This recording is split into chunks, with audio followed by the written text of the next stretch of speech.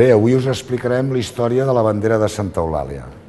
No és una història qualsevol, perquè la bandera de Santa Eulàlia tampoc era una bandera qualsevol. Era una bandera molt important, per això li dediquem aquest capítol.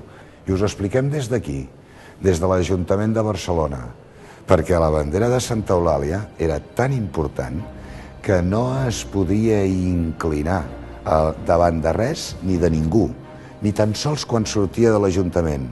I per aquest motiu, en aquella època, la bandera de Santa Eulàlia o el penó de Santa Eulàlia es treia per la finestra, per aquesta finestra que estem ara al capdavant.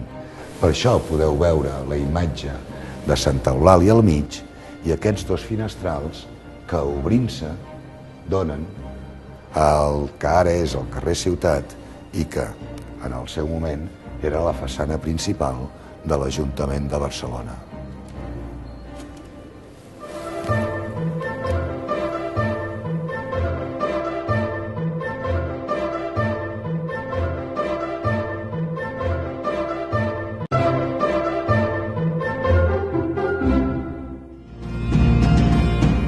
La Santa Protectora de Barcelona, Eulàlia, no només actuava com a benefactora de la ciutat, també representava la ciutat mateixa.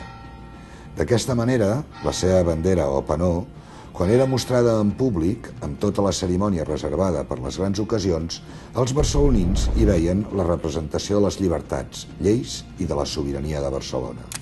El tòtem que encarnava el gran concepte que els nostres avantpassats tenien de la capital de Catalunya. És per aquest motiu que la bandera de Santa Eulàlia era treta de l'Ajuntament per la finestra perquè sempre havia d'anar dreta. No es podia inclinar davant de res ni de ningú. A més, es considerava una bandera invicta, és a dir, un talismà protector, i per tant es deia que els barcelonins mai havien estat derrotats militarment quan duien amb ells la gloriosa bandera. En moments de perill s'invocava la protecció d'aquell extraordinari talismà. La bandera de Santa Eulàlia eren, de fet, dues banderes.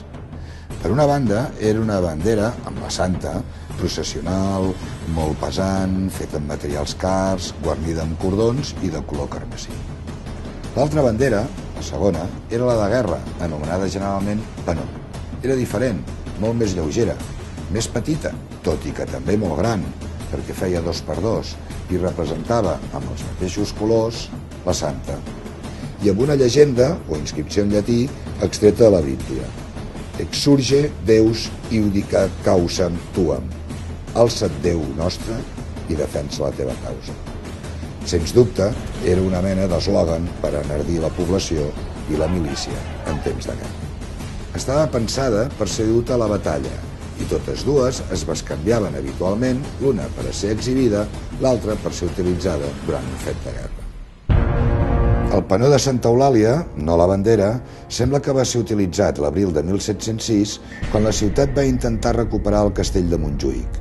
I també sembla que va ser el penó el que va ser exhibit durant el contraatac català al sector dels baluards de Sant Pere i el Portal Nou, comandat pel conseller en cap, Rafael Casanova.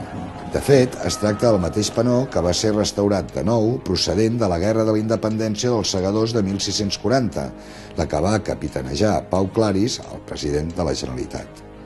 Així com altres destacats personatges que tenen, amb justícia, dedicat un carrer a Barcelona, com el conseller en cap de Barcelona i president de la Junta de Guerra, Joan Pere Fontanella, i el polític militar i responsable econòmic de Barcelona, Francesc de Tamarit.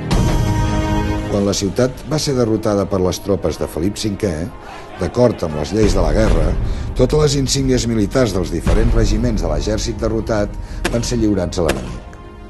En especial, la bandera de Santa Eulàlia, la que va utilitzar Rafael Casanova, símbol de la ciutat. En ser presentades totes aquestes banderes al monarca espanyol, no va voler acceptar-les, ja que per ell no pertanyia a cap exèrcit estranger i, per tant, només eren insígnies rebels. Aquesta consideració va fer que el rei les fes retornar a Barcelona i allà les va fer cremar.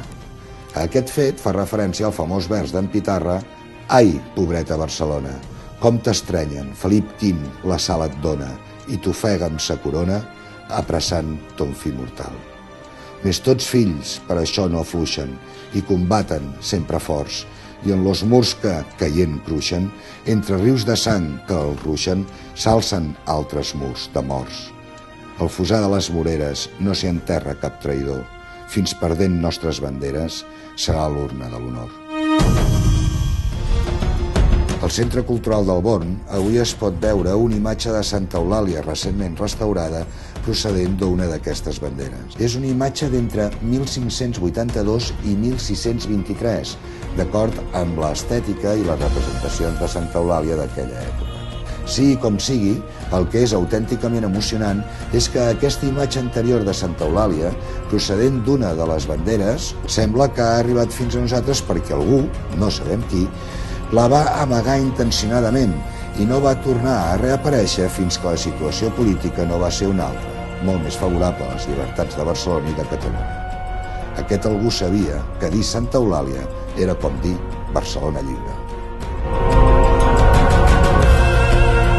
En el proper capítol us explicarem com Barcelona va ser la primera ciutat del món que va construir una enorme infraestructura subterrània per defensar-se dels bombardejos aeris i, per tant, va convertir la ciutat en un lloc on hi havia molts refugis. Us explicarem això, veureu que també és molt interessant.